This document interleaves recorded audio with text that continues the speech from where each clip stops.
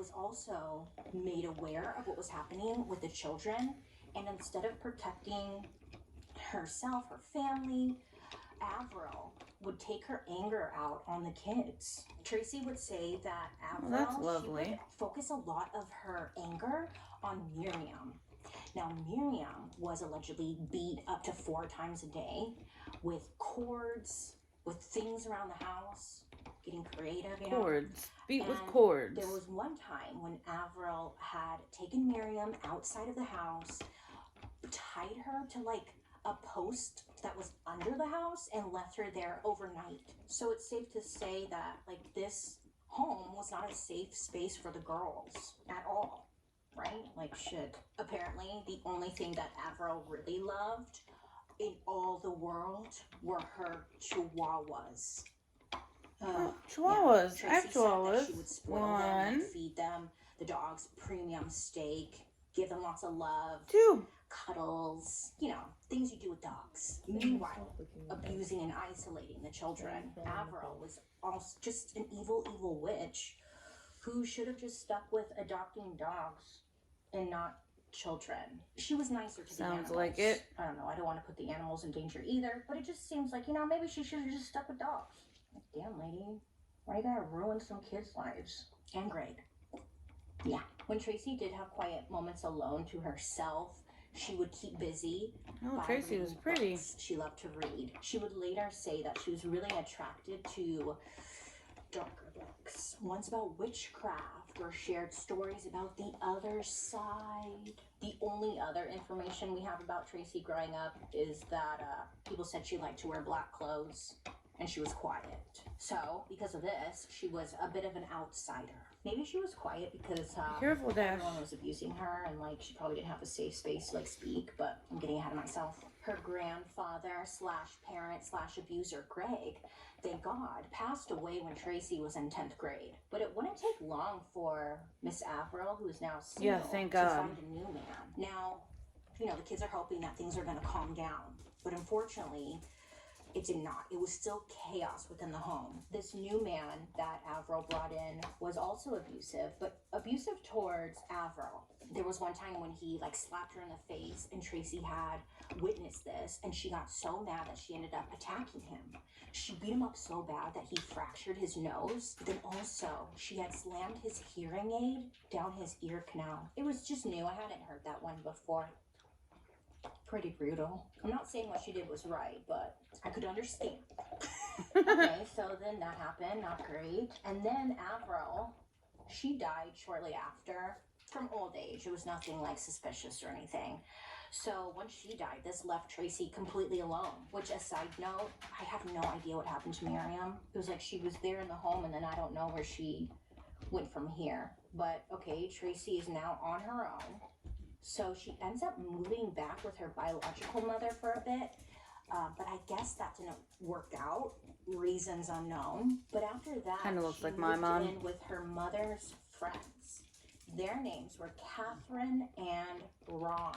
According to Tracey, she said this guy Ron started having sexual relations with her shortly after she moved in. God, right? Like, damn, she can't catch a break. So at this point, she would have been like 16 or 17 years old.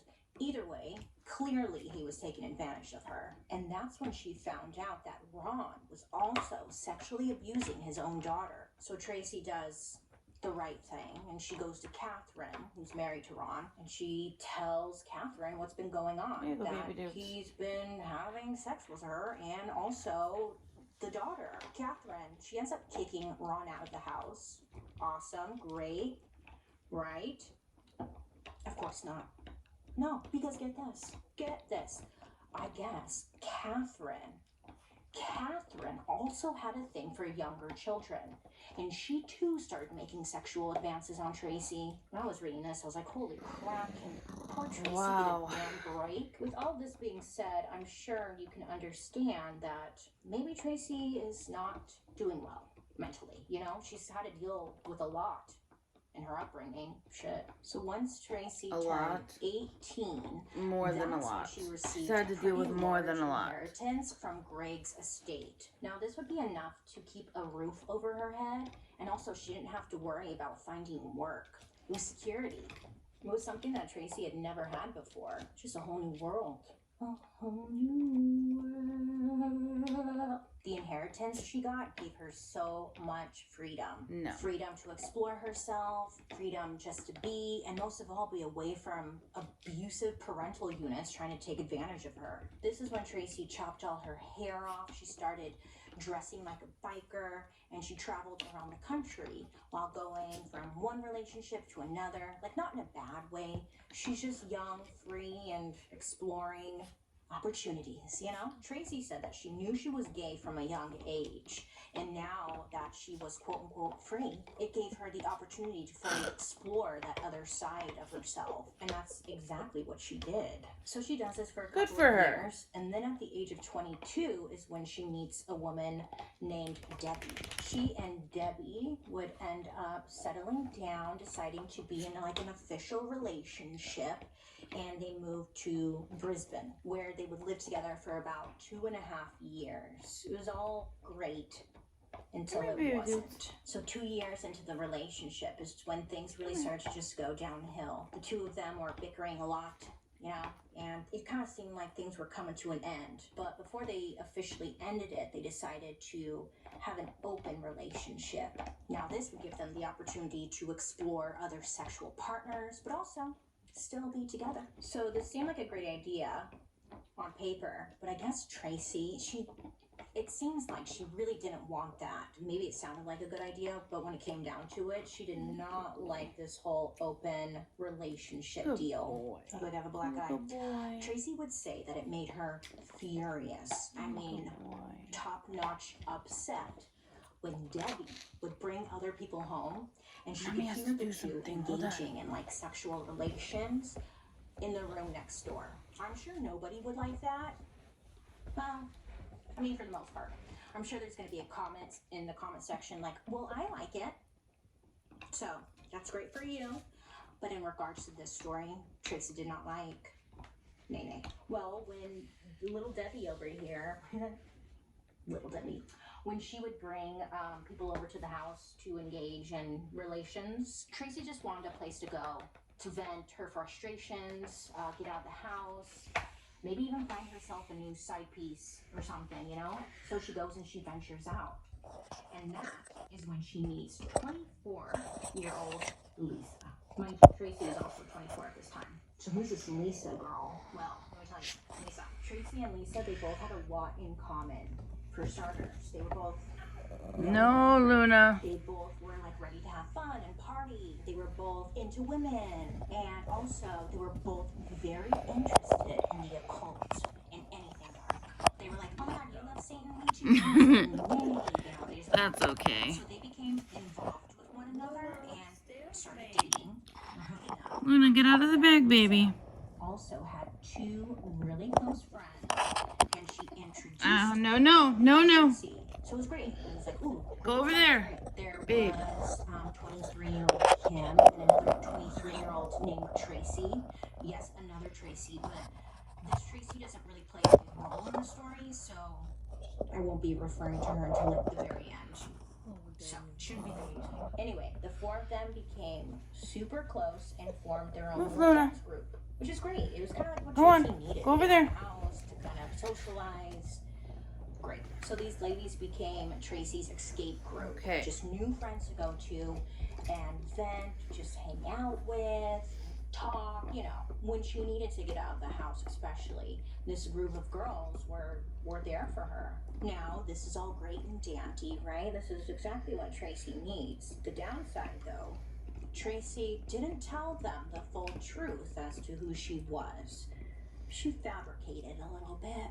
I mean, think of it like this. You know when you meet new friends and you talk about, like, your interests and hobbies and stuff? Well, this was, like, Tracy's opportunity to spice up her story a bit to her new friends.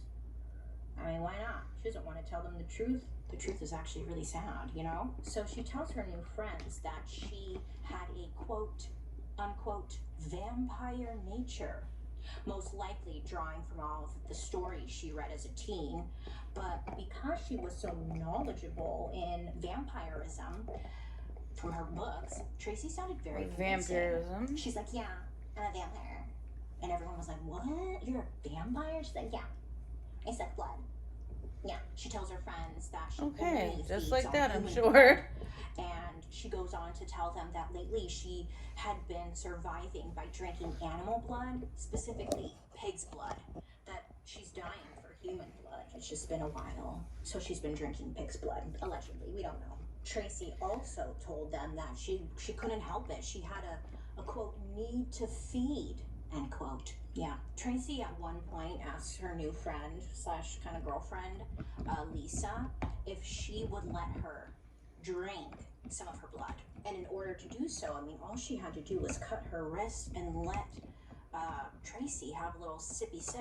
I'm not sure if they did. A little or not. sippy sip. Some sources say they actually did, and Lisa would tell others that they did, but no one knows for sure. You know, either way, Lisa did tell like all the other girls that Tracey sucked her blood, which was just adding credibility to her vampire ways. Either way, okay, Tracey had officially entered her vampire era. We all go through phases, I guess. I want to put my hair behind my back, but last time I did this, like, someone commented, and it burned into my brain. This is a side note, but someone commented that my bra straps were very distracting and I couldn't focus on the story. So whoever you are who said that, I just don't want to distract you.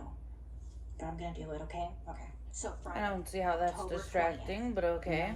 They're bra 1989, straps. The group of friends, they decide they're gonna go out for the night. So they went to downtown It's a Brisbane, bra. and they We hit up a wear couple of bras as bars women. and just do their thing. It's Friday.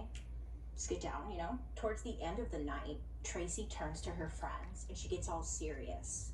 And she's like, I need a real drink. And the friends were like, ooh, okay. Tracey, meaning that she needed blood. Later, the friends said that they were too afraid. I just to realized challenge too, her. Bailey doesn't I mean, she have was her. a vampire, and they didn't want to like put themselves in danger, so they went along with it. But many believe Yeah, her that the lip- friends yeah. actually just wanted to see Her lip Tracey piercing, in yeah. action. Is she really a vampire? I was trying to think of the name Well, of she it, tells the but friends that she needed someone to eat. She needed to find someone to eat, first of all.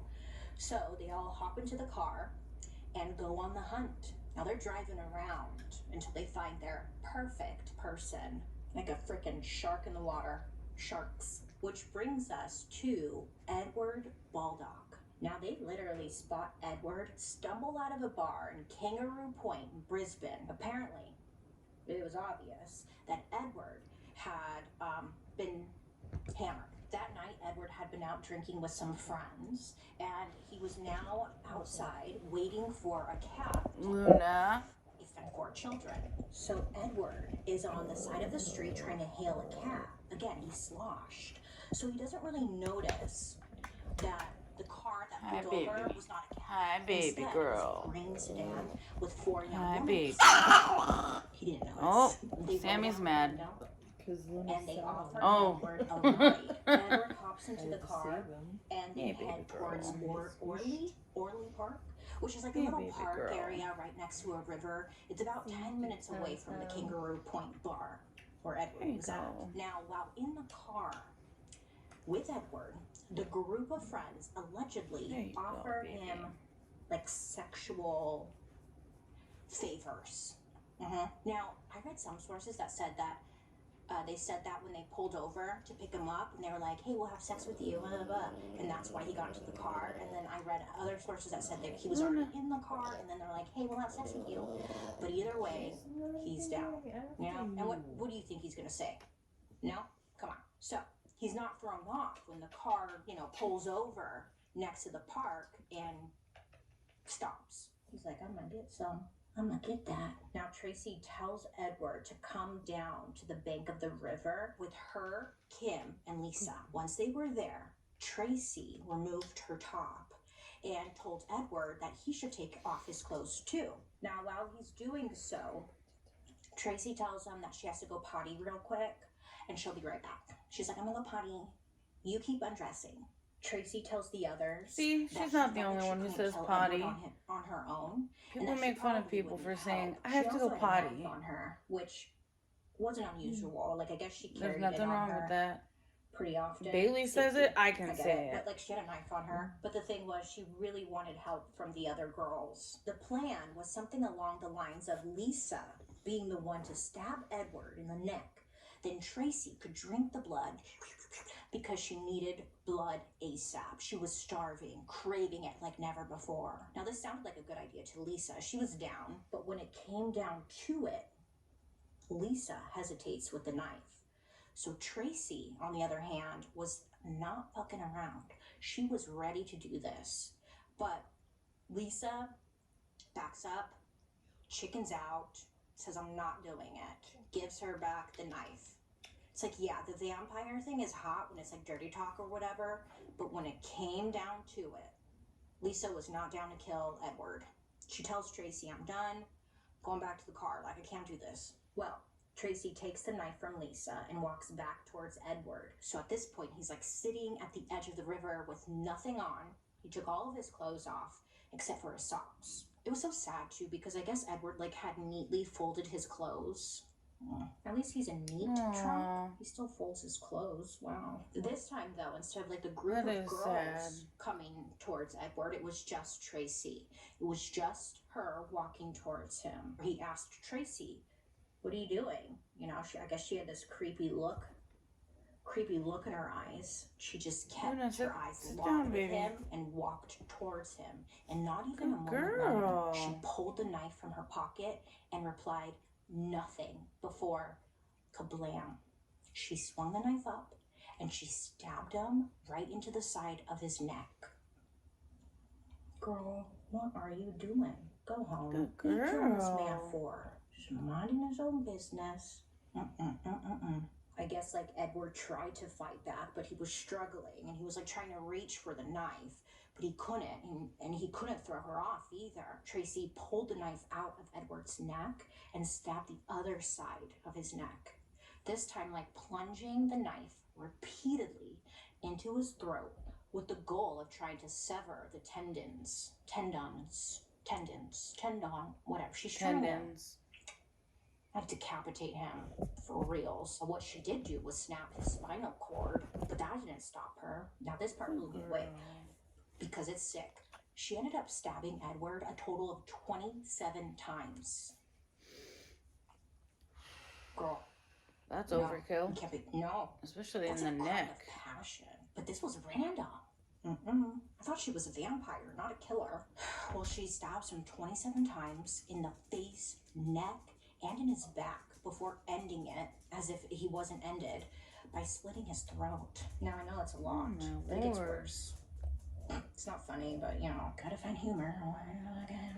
But as far as the story goes, she was far from finished. I read one source that said she's stabbing him, right? And then when she's done, I don't know how to say it. Look at that beautiful pitbull face. But he's Look at that beautiful pitbull face. With his face down. And he has a big wound on his back because she stabbed him a bunch of times. Look at yourself. So, I'm sorry. Oh, thank you. Hi. I guess Tracey then fingered the open wounds on his back to get like some blood on her fingers to like eat it, which is not you wanna vampire play? like.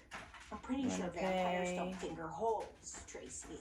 Maybe she's a trailblazer. I don't know. Another source said that she didn't do this, that she actually drank the blood directly from his neck. Either way, she did allegedly get some blood in her system, and then she went and rinsed off the blood and the evidence in the river, and then headed back to the car with her friends. So Tracey goes up to the car, and she's like, hey, you guys want to see his body? And they all reported saying that they could smell the blood on Tracey's breath, and like, oh shit, she really did that. She really did it. She wasn't kidding. So Lisa and Kim decide to get out of the car to go check it out. But remember the other Tracey? She was in the car. And she was like, hell to the freaking no. No, I'm not going. She's the only one with brains around here. She's like, no. She ends up staying in the car, which good for her. So I guess this the trio, is they crazy. go and check it out. Insane. Just for a split second to see it, I guess. And then they take off. leaving poor Edward's naked, mutilated body in the park. And They just left him there. Nothing behind, except for one very big piece of evidence. Sloppy. Well, it wouldn't take long for police to find Edward in the park the very next morning. But they also find a major piece of evidence. Inside of Edward's shoe, they found an ATM card. It wasn't Edward's. You can just know see what her eyeball. Tracy. Look at It you. was Tracy's ATM card. Be careful. Yeah, there were different reports as to how it may have happened. I really don't know. It's not very clear. But yeah, police find an ATM card inside. Gotta love having pit bulls. Tracy Wigginton. She is something. Look at that beautiful face. You know. Look at that beautiful face. Didn't initially think that this ATM card would lead them straight to the killer, because what killer, first of all, would be that sloppy? Second of all, they were like, well, maybe she knows. So they did want to find and question Tracy, because perhaps she there it goes again. As to, like, who may have done this. So police locate and question Tracy, and she tells investigators, okay, like, yeah, I was at the park. I'm a vampire. They find like, yeah, I'm at the park. her ATM card in his shoe. You've got to be kidding me. How dumb of a killer can you be? So police were like, no, right, yeah, she must be telling the truth, because yeah, telling the truth, sure. genuinely believed that whoever the killer was, it was no way, or there was no way, it was a woman. Because they believed that there was no way a woman was capable of committing such a gruesome crime. It had to be a man. Which, to be fair, usually that is the case. This is a very rare occasion that this woman, well, anyways, Edward's murder, it was indeed very gruesome. And police were like, it's a man. This Tracy, she might know something, but like, it's a man. 100%. Well, you know how it goes. Well, actually, I hope you don't know how it goes, but when there are many people who witnessed a murder or a crime taking place, this is Sammy it's not easy to make sure that they all stay focused, on track, have the same story, and don't crack, right? You can't control everybody. And eventually, one of them would crack. Which, good, right? Good. That's what you get, Tracy. That's what you get. Well, guess who it is? It's Miss Lisa, the lover. She can't carry the weight of this murder on her. She's going nuts. So she ends up going to authorities. Come on. She tells them exactly what happened that night. I guess Lisa... Samuel Nugget. Get caught. Like, there's no way. That is not nice. Would be to get ahead of it. So Lisa goes to authorities. She rats out Tracy. You gotta be nice. The other Tracy. And they too were brought in and questioned. Good girl. And they told police everything, allegedly. Because they also kind of fabricated some stuff. You're my little mascot. So they Your mommy's mascot. Sorry, it's my beauty blender.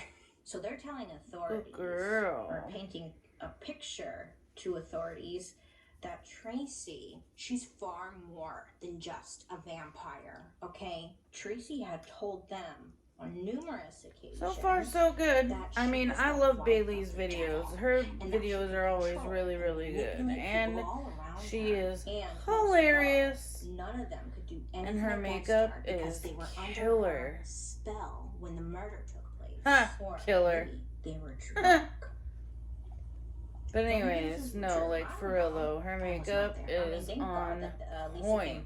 Because they thought it was this a man. purple so look how long it is. would have took them to go back, circle back to Tracy. So now with the confessions, the ATM card, they knew Tracy was their girl. So they go over to where she lives. They placed her under arrest. And apparently Tracy did not resist. And she even confessed to what she did. I know, shocking. It wasn't a man. Plot twist. Wow. Who would have thought, huh? So all the rumors and details as to what happened that night started to leak to the media. And, ooh, it was like Christmas came early for them. Because, you know, the media, they love a story that is different and makes people upset. So, I mean, even without the whole vampirism of it all, 4 young young gay women, they were all gay, murdering a quote-unquote normal, everyday family man. I mean, this was tabloid gold. Except it wasn't just the tabloids getting in on it. It was everywhere. News of the murder spread to mainstream sources. It was just everywhere. I hear that it was everywhere. So, okay, Tracey's under arrest. She confessed. Great. So, the court proceedings for these girls, I mean, it was so jam-packed in the courtroom that you would think, like, a major celebrity was on trial. For weeks, the court heard testimony from Tracey's friends and acquaintances, and they were, like, talking about what kind of woman Tracey was. Now, by this point, Tracey was already locked up, and she didn't even have to appear in court for, like, the other girls' trials. So nobody in the media or in, like, the court audience, whatever, nobody had, like, actually seen Tracey by this point. So it was like she became, like, this mythical creature, only to find entirely on the details that were provided by everyone else. Which, that's gotta suck. But, I don't know, lady, you murdered somebody, so what are you gonna do? What are you gonna do? The friends described Tracey as malicious and a supernatural woman who lived, again, off of animal blood, and was obsessed with the occult and magic rituals. But most importantly, Tracey had supposedly all 3 of the girls under some kind of spell that night. They claimed that Tracey was controlling them, forcing them to go along with killing Edward. Now, the media did what the media does best, and they took these little details and they went wild with it. Now, they had some wild headlines for this whole situation. There was one headline that said, quote, "Cradle of a demon, hate-filled home bred a vampire," end quote. And then there was another one that was a little bit more extreme. Recreated for your viewing pleasure. Frenzy of a deadly feed. Murderer was a bride of the devil. Yeah, so they're making claims that she was married They're all to the recreating devil. Yeah, that's a bold claim. Any the word from the devil newspaper himself? Can we confirm? clippings. Devil, That's do you have any funny. words? Were you indeed married to Tracey? Those are the details I really wanted. I tried to contact the devil for confirmation, but could not reach him. And of course, they all dug into these women being gay. And they were just like, gay, you know. Girls gone wild, topless demon women, doing demon things. Next up at 11. I mean, I get it when the media does that, because, yeah, you would, like, be interested, like, what? But, I mean, come on. Demon, So the trial wasn't even about, like, innocent man murdered. It was just the court instead was overpowered by drama, you know. By drama and the fact that she was gay and yep. And it was just talk dumb. of the town, huh? I mean, it just added to the spectacle, the excitement, the horror of the lesbian vampire killer, and it was a hot mess. So what actually happened were 2 things. It was clear to people that Tracey had snapped, okay? Allegedly, this was her first kill, but it was clear, like, that she hadn't been roaming the streets of Australia hunting for blood often. This seemed to be her first time. I mean, I don't know. She was riding a motorcycle all over the country. How do we know?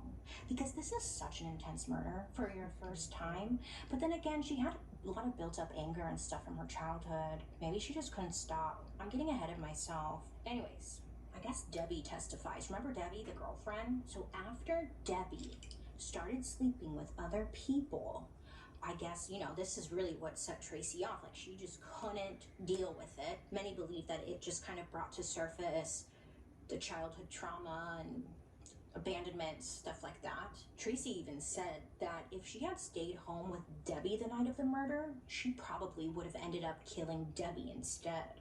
I'm sure hearing that in court, like if you were Debbie, you'd be like, oh, fuck. You almost killed me? Oh, shit. So little Debbie, the ex-girlfriend, she either testified or gave a statement. Either way, she said that the night of the murder, which she didn't know a murder had taken place, right? But what she does remember was that when Tracey had come home that night, Tracey was acting a little off. She said, like, at first she noticed that Tracey was, like, super energized. She had a ton of energy, like, her adrenaline was pumping. And then, I guess, like, Tracey was super hot and bothered and wanted to have Just sex realized with that I Debbie, was doing like my angry, passionate sex or something. Debbie said that Tracey told Sorry. her to, quote, get in the bedroom, I just saw a dead body. I did. I just realized I was just going. I'd be like, And I was like, what was that fucking for? You saw a dead I body? was just doing that. Huh? It happened. What's that?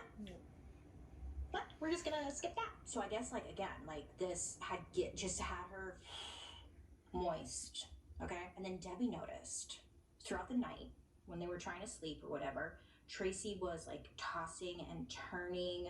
She was mumbling to herself, saying over and over again, this is real, this is real, this is real, like over and over again. And I guess Debbie didn't ask her. Okay, Debbie. But it just seemed like Tracey was trying to convince herself like what really happened, and also just bring herself maybe back to reality, which like had my noggin going. Wasn't there another story I did where it was like someone got super turned on by killing maybe all of them? Huh? I don't know. So I guess Tracey almost didn't go to trial because she had undergone psychiatric evaluation a couple of weeks prior to determine if she was like competent or not. And the experts were actually very split. So I guess there were several prominent psychologists and psychiatrists who believed that Tracey actually had multiple personality disorder.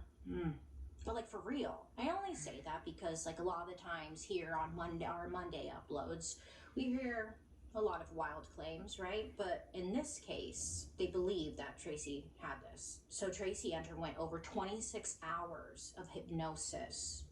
Oof. Which some people even have mixed feelings about hypnosis, but she went through 26 hours of it. And while she was under the hypnosis, she revealed that she had 4 main personalities inside of her. Let me explain. There was Big Tracey. Now, Big Tracey was anxious and a depressed person. Probably closest to who Tracey actually was. Someone who had a conscience and who was actually horrified by the murder and what she had done. And they believed like this was probably the Tracey who was tossing and turning that night in bed with Debbie. Psychiatrists believed it was actually Big Tracey who left the ATM card in Edward's shoe that night. Maybe she wanted to get caught. Maybe, you know. Okay. Go on. There was also Little Tracey. Now, Little Tracey was, maybe you can guess it, Tracey's like former child self, kind of representing the innocence she had before all of the abuse had taken place. It was childlike, innocent, sweet, I don't know. Tracey had another personality called the Observer. Now, this was a detached personality, and the only one that didn't have any emotion behind it. It was kind of like the part of Tracey's brain that calmly collected all the thoughts and actions of the other personalities, and it was like the secretary. It took notes, hence the name, the Observer. I wonder if they pick the names, like if Tracey picks the names, or if the names like choose themselves. Interesting. Then there was another personality named Bobby. Oh, kind of like Agatha. Bobby was a motorbike riding, badass, macho daddy. Maybe. And Bobby was the one who was responsible for killing all Edward. of the feelings of all of you guys? No, it was Bobby Bailey. It was Bobby. Again, these are all Tracey's personalities within herself, allegedly. I mean, I guess. I mean, so again, psychiatrists were torn. Was she faking it or telling the truth? Well, do you want to hear my personal opinion? I think she was telling the truth because if you ever look into multiple personality disorders, I mean, I'm not a doctor or anything, so, you know, take this with a grain of salt. This is my personal opinion. Usually when you go through a lot of trauma, you detach from the trauma. It's the only way to survive, and you kind of create a different personality, or at least your brain does. And when you go through years of abuse and trauma, your brain creates these different personas to kind of store away all of the hurt, pain, anger, bleep, blah, bloop. So in Tracey's case, because she's been abused since what sounds like day one, and by different people, I mean, it makes sense. I would definitely believe multiple personality disorder is a real thing, because, like, although it's not called that anymore. It's called DID. But it was just kind of them finding a reason as to why, you know, which is what everyone is curious to know. One of the doctors who looked at or examined Tracey, his name was Donald Grant. He concluded that everything she was called, a vampire, a Satanist, a psycho, etc., etc. He said that killing poor Edward was actually Tracey's way of taking revenge on all of her past abusers. That's just his observation. There were other psychiatrists that believed Tracey actually had another personality to her, which would make 5 personalities inside of her. And this one was considered like a shadow personality, like the biggest one of all. It was like considered the puppet master, the one in charge pulling all the strings. They believed it's the one that forced Tracey's personality of Bobby to kill that night. You get it? Yeah. And you know what that personality was called? Avril. Yeah. Tracey's grandmother / adopted mother / abuser. Her. Makes sense. I can see that. That does make sense. Well, this diagnosis did not get Tracey like out of a trial. Wait till you hear this. Hold on. Just you wait. Okay, so the jury, they don't really care about Tracey's diagnosis, totally fair, and they end up sentencing her to a life sentence with the possibility of parole after serving 13 years. Cute. Oh, there goes the light. I don't even like gloss. Who am I? And even though the 3 others were trying to act as if Tracey was a real, full-fledged vampire with mind control powers, the jury just Sorry didn't about believe that, them. guys. So Lisa, remember Lisa? She also received a life sentence, which I was like I was shocked by that. I was shocked by that one. I mean, yeah, she was like there, and she needs to serve time, but like not. Anyways, while Kim, the other friend, she received a lesser sentence for manslaughter with 18 years, but it was reduced to 12. And then remember the other Tracey? Do you remember the other Tracey? Good for her, because remember she stayed in the car? She was like, hell no, I'm not going. She was acquitted. Someone had a brain. She was the only one who had enough sense to not get out the car once they got Edward to the park where he was killed. She was like, damn, close call. Okay, plot twist though. I thought Tracey would be locked up for a long time because she was sentenced to life in prison. But correct me if I'm wrong, Australia, but I did a little Googling, and based off of what I found, and it was a quick Google search, life sentence in Australia means 20 years. Is this true? Because to me, a life sentence means life. Australia's a little different. They're different down under, aren't they? Well, okay, I thought she would be locked away for a long time. I mean, while in prison, she allegedly, there was reports that she like tried to fight a guard. There was something else that I'm totally forgetting. Yeah, it doesn't matter. I thought she was going to be locked up for a long time. I mean, the murder was really gruesome, okay? Get this. Tracey was released from prison in 2012. Yep. She's been out. She was awarded parole and has kept a pretty low profile. Yeah, that's because every other country except for America is completely different in their criminal justice system. Facebook little timeline thing, and she also posted a picture every that said, quote, single now one. panic because I'm back, and that didn't go over so well. So didn't last long. But she may have one now. I really didn't look that hard. She may be using a different. Who knows? Whatever. She hasn't committed any crimes since, so Avril and Bobby are like not on a rampage. You know, based off of, there was one interview where Tracey really seemed to grasp the gravity of what she had done. During an interview from prison in 1996, she said, quote, murder is a terrifying experience. It's extremely scary to have that much power. It's playing God with life and earth. Nobody should have that sort of power. But we all do, end quote. Then they let her out. If she would have just said, like, nobody should have that sort of power, period, okay. But then she said, but we all do. Are you gonna do it again? I don't know. I could not find updates on the others. So let me know if you know, but I couldn't find anything. I do hope Lisa got out. I mean, right? Or no? Do you think she should have got life in prison?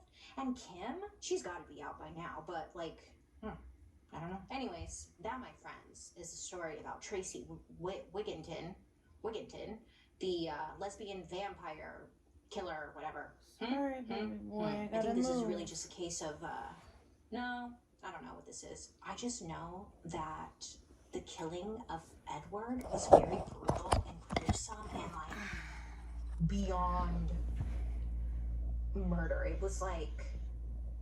It was beyond murder. Bad. And like for that alone, I just feel like not even a crime of passion. That was just no. Okay. Well, she's in Australia, so Hey, Tracy. I don't know. Anyways, I would love to hear your guys' thoughts down below. She should be locked up, right? Right? No? Okay, let me know. I think that's it. That's all I have to say, really. I think we can all agree at the end of the day, because two things could be right at the same time. Tracy had a terrible upbringing, a terrible childhood. She didn't have childhood. She just had a... She did have a terrible upbringing and a terrible childhood. Not gonna lie about that, but it doesn't go and give you the right to go and murder somebody, and especially under the guise that I'm a vampire, and so therefore I think that I need to go and drink this guy's blood, and then you go in and you actually do it. Like, what? No. And then, again, like I said, every other country and their criminal justice system is completely different from ours here in America. And because of that, this lady is now out on parole. Somebody who murdered somebody that viciously and psychotically. Like, what? That's just wrong. But, I don't know. That was me sitting here watching Bailey Sarian's new Murder, Mystery, and Makeup Monday. And those are my thoughts on that. So... if you would like to see more, you know what to do. Go ahead and subscribe to see more, and I'll catch you next time. Bye.